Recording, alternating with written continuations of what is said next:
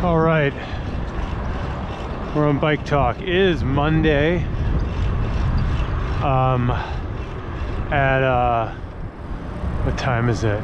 It's like 5:30, 6 p.m. I'm riding east on 125th Street. I wanted to just see what the streets are like out here during rush hour, weekday rush hour, when it would normally be, you know, pretty crazy crowded.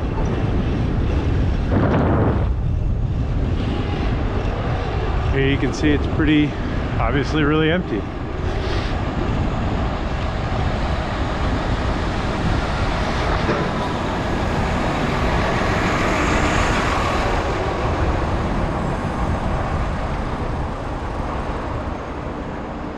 I mean, look at this. The only things moving are buses. Which is pretty remarkable. There you got a guy in a N95. You got intersections that are completely empty here. M100, M101.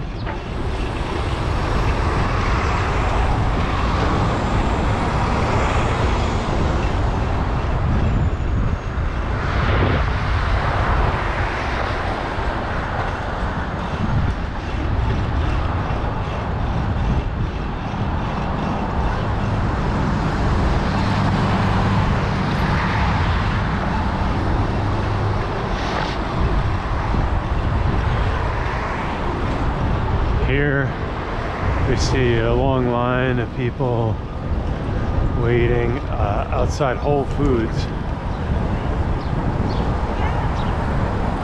with social distancing there.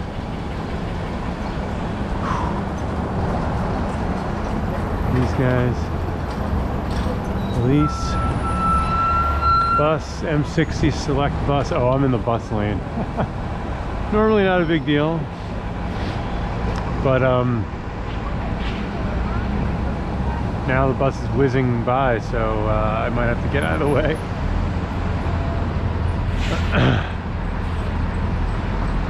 So here we are, we're at 125th and Lenox. I think I'm gonna ride on over to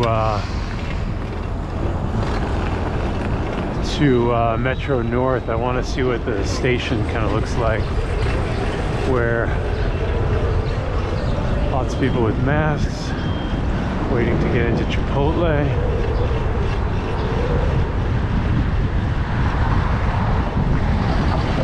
Still somebody blocking the bus lane here.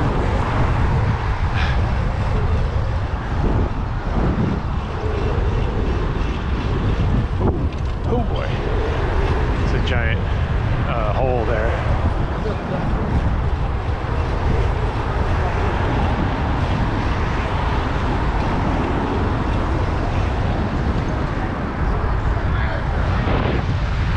Pretty empty out here. Shake Shack. There's people inside Shake Shack here. Oh, pickup.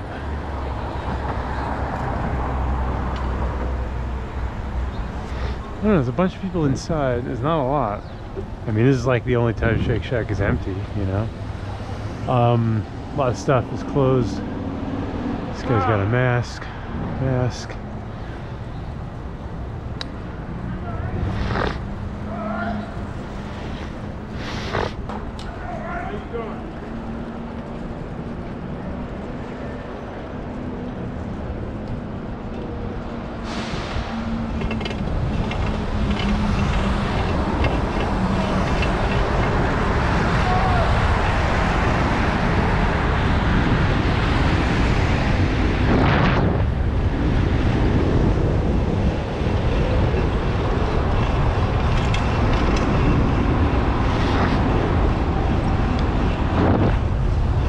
See. We got, oh, there's a bus. Oh my God, there's giant holes here on the street.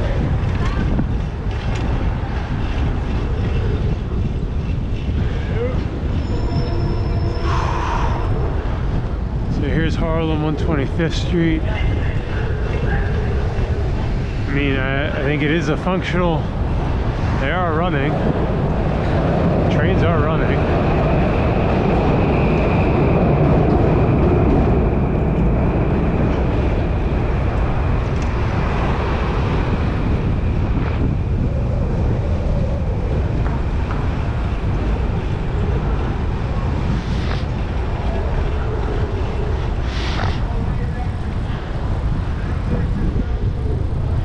Cops are out on these blocks.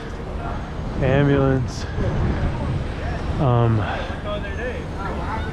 These guys here.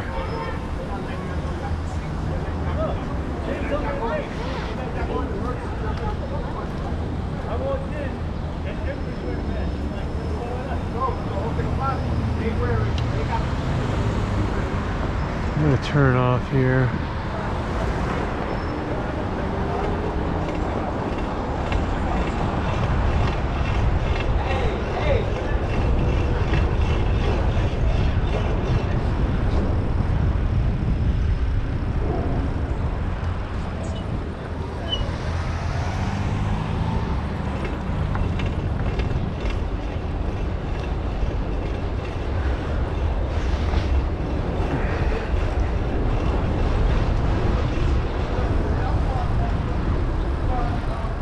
I know I'm going through red lights here, but there's no cars coming.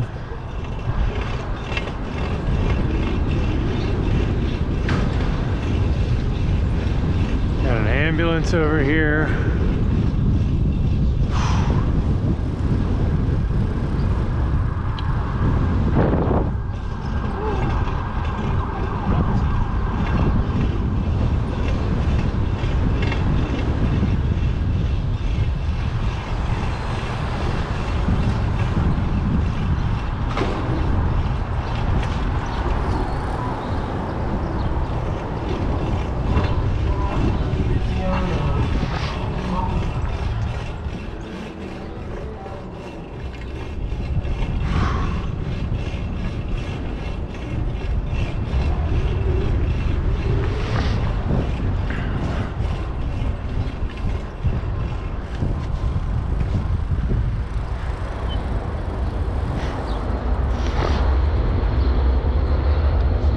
Coming in.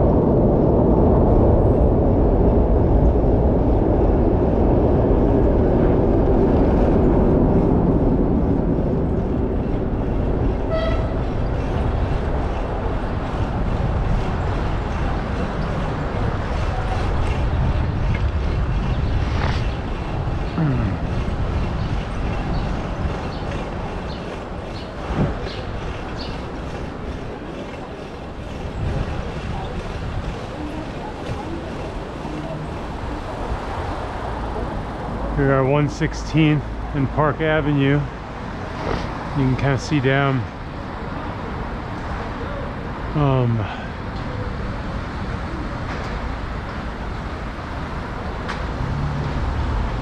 much going on, but it's still like, you know, there's still traffic. It's just like a light traffic.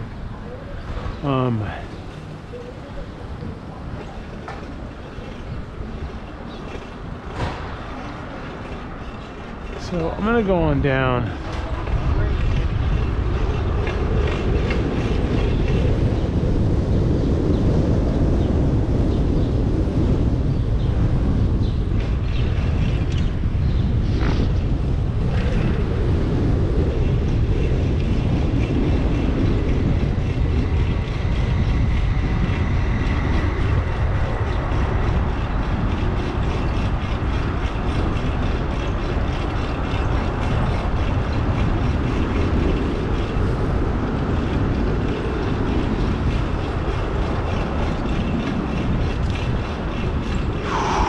Man, need some biking here. Needed to get outside. Been cooped up.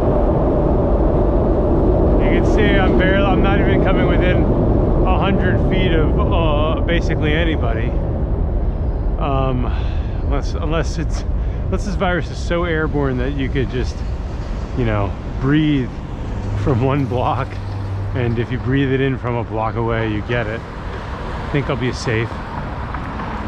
I mean, biking is inherently the safest way to do this kind of stuff. You're not in close proximity. Even cars are much more dangerous, because if you have a passenger,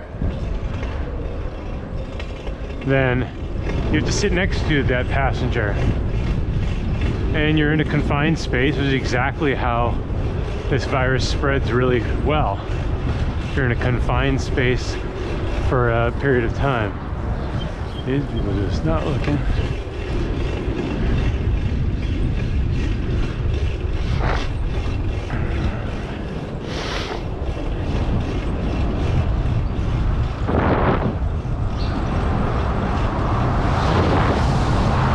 This guy, Tata, 1899.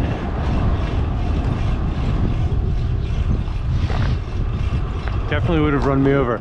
So right now, apparently, cops are not being dispatched to minor car crashes. What that tells me is that there's just not even, you know, the least amount of investigation going on. And it just means that cyclists are even more in danger. That's what that effectively means.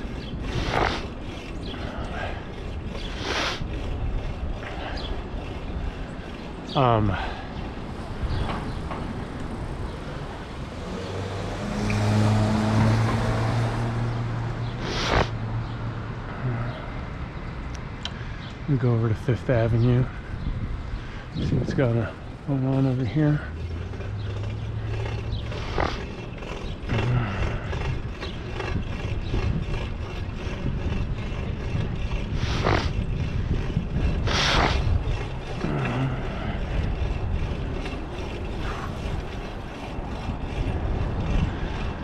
So I don't know the numbers. I haven't been looking that closely these last few, well, every day feels like, you know, can't even say the last few days, last day, I don't even know. But they ain't good. Everything is increasing, more deaths. We are in a pretty shitty spot. I'm gonna go through this because you can see there's nobody here. Nobody's driving here.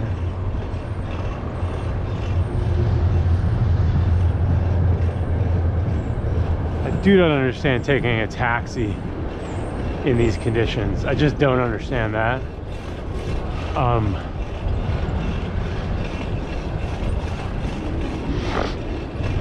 Well, we got the critical mass bike crew coming out, and that's cool. These guys are gonna do their thing. Kinda don't want to be near them.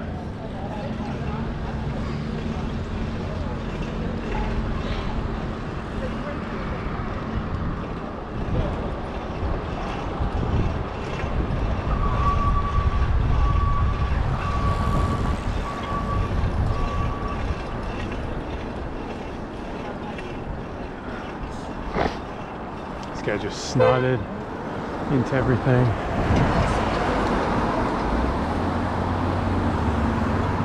This guy just spit.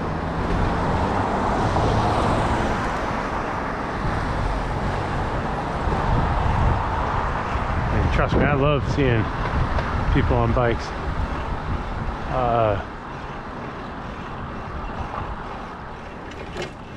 Frankly, I can't even keep up with them. Pretty slow here.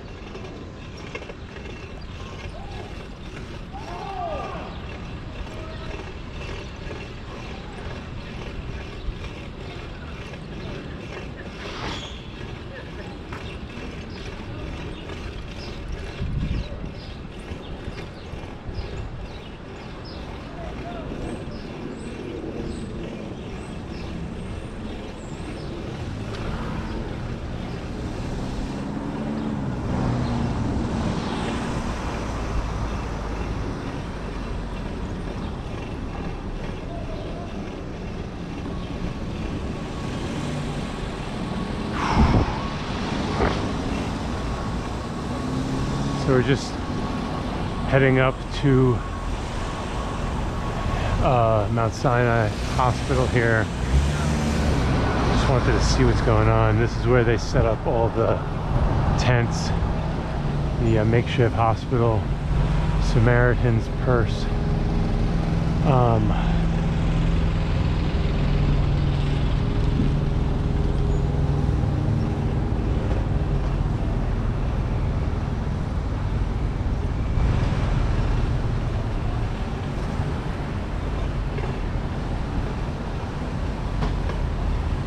So here you can see these tents, Samaritan's Purse, helping in Jesus' name. I'm gonna withhold commentary about this, but I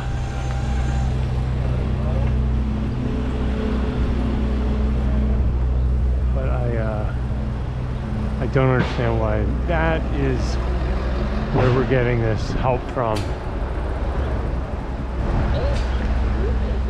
So here you can see there's a bunch of tents. I guess this is a new makeshift hospital on the lawn. I don't understand why they don't just take over Fifth Avenue right here. If they're able to take over, you know, Central Park, then why not take other public space, you know? And that I don't totally understand. So, Jesus Christ, something.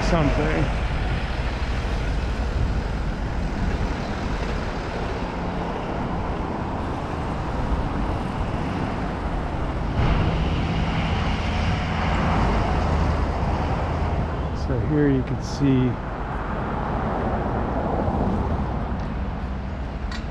this craziness, just absolute craziness here. I don't even know what to make of it. I read about this online just like everybody else, you know.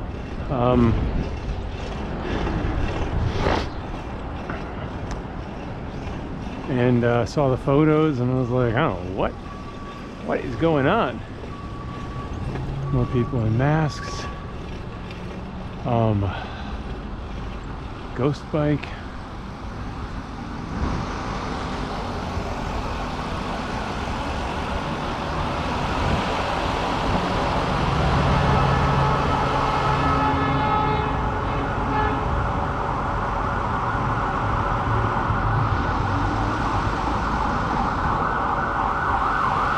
It's interesting, you see this stuff on the news, you see like Central Park is now filled with tents, and then you know, once you see it in person and kind of everybody, you know, walking the dog, and it's just normal life, you know, as normal as it can be given the circumstances you know, around it. But I needed to see myself what was going on here. I think I might Just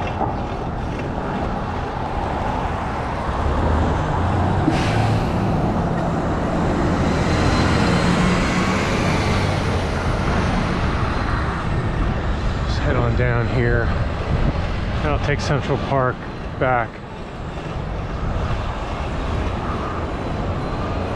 Oh, please don't hit me. Bus.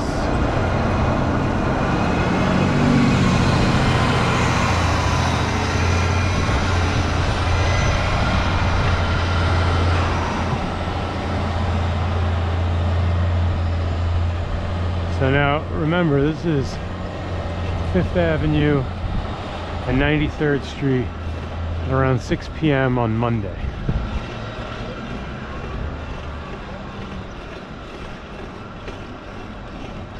What I think is crazy is that I think it gets emptier as you get downtown. So up in Harlem, there's still a lot of activity on the streets. But I think as you come down, the traffic just tapers off. And you can see the cherry blossoms out.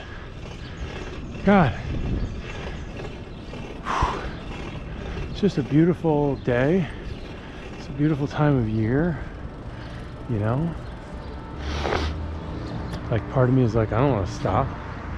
I don't blame anybody for stopping. I think we should all have the right of way should be for pedestrians and cyclists, not nincompoops with cars. But that's how we're equipped. That's how everything is set up. So it forces me to have to stop, it forces pedestrians to have to wait. Well, I'm not really going to stop. I'm just going to make a right out here.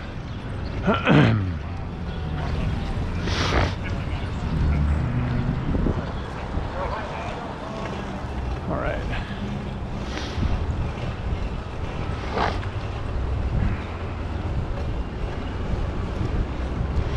So we're doing some social distancing, admiring nature, the park. You can see there's definitely people.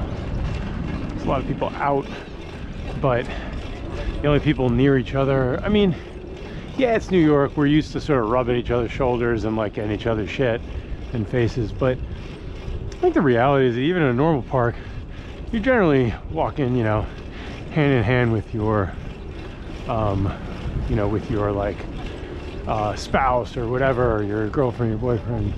You're not like rubbing shoulders with randos on the street, you know. Generally, they're people that you know quite well, that you're within 6 feet. 6 feet is kind of not, you know, like it's a distance. It feels a little awkward talking and having a neighborly conversation, but if you're distancing yourself from other people, it is perfectly reasonable distance. So here you got a playground. Clearly not popular, not a lot, but a couple people are in there. Say maybe taking some risk, but I mean, I wouldn't go blaming everybody. People are dealing with this in different ways. Oh,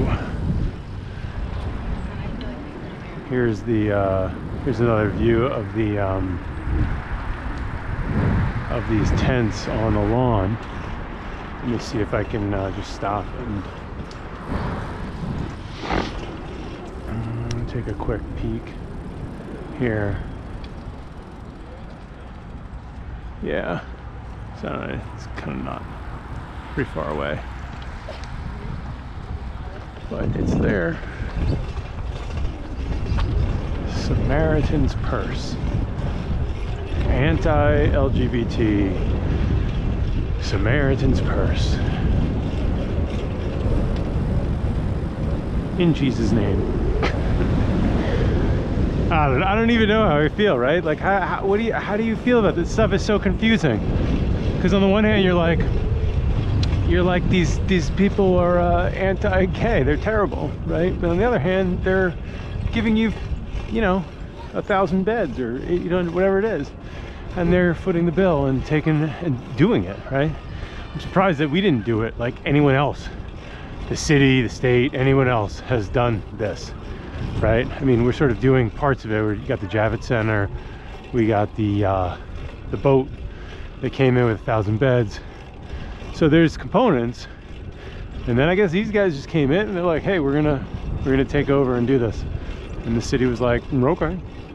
I mean, we're desperate. Why would you turn them down? But then it's like turning down money from like donations from the Koch brothers, for the Museum of Natural History. So they get their own wing, even though they're anti, they're climate deniers. So you got these people who are giving beds. They're basically giving you a hospital, but they hate gay people. I don't know. It's pretty fucking terrible. It's Sophie's choice over here. And then you got Trump, who's like the fucking devil, but you can't say anything bad about him because he might withhold aid.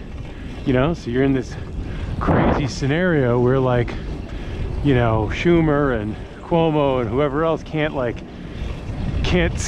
criticize him for fear of retribution because the guy's such a piece of shit.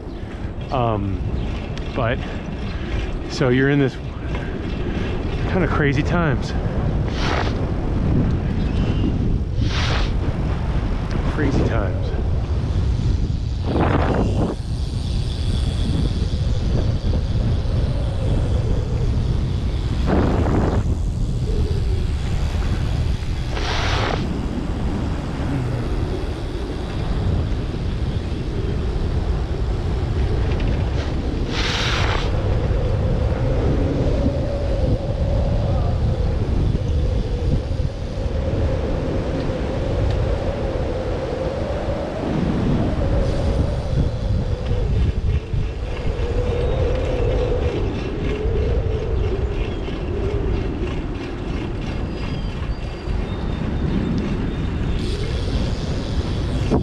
Gotta be honest though, still wouldn't want to be anywhere else in the world.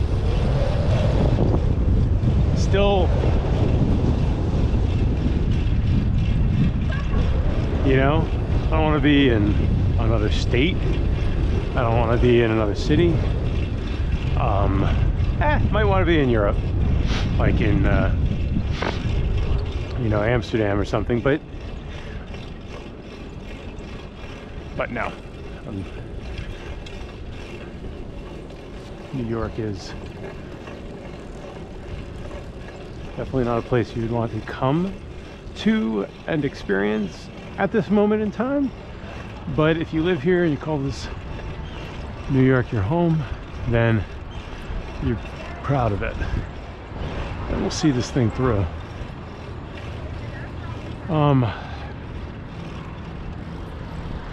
Yeah, I just needed to get outside.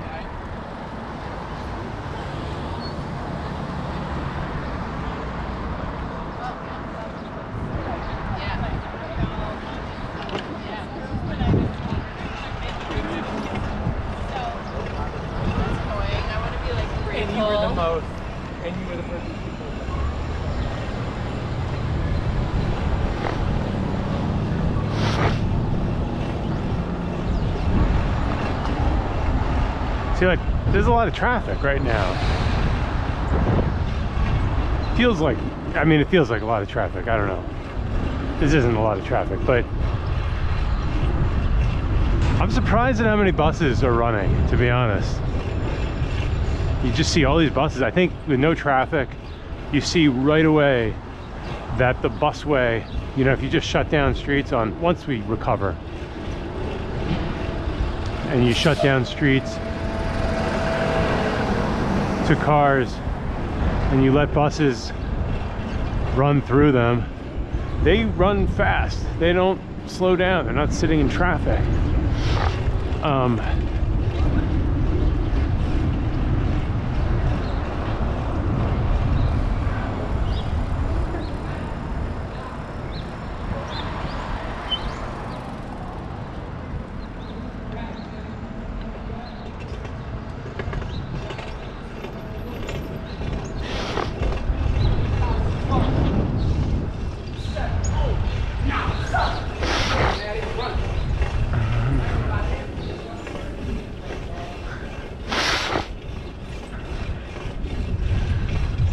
I mean, basically, you just look at any place that buses go and you say, don't allow cars on those streets. You know, have limited delivery or limited access, basically. And you can unlock real transit. And hey, I mean, I don't want to look too forward, but we're gonna need it. We're gonna need inexpensive ways to support the MTA, because we're gonna be screwed because nobody's riding the subway, and there's a lot of loss. And with that, they might be having to run trains like once every hour, you know, or some stuff like that. And you may then rely on buses, because buses can be run much more efficiently, or much more cheaply, not efficiently, and they could work better to support you know, service levels that are really bad from the subway. So that's all I got. Thanks for watching. This is a very sad bike talk, COVID edition. Thanks for watching.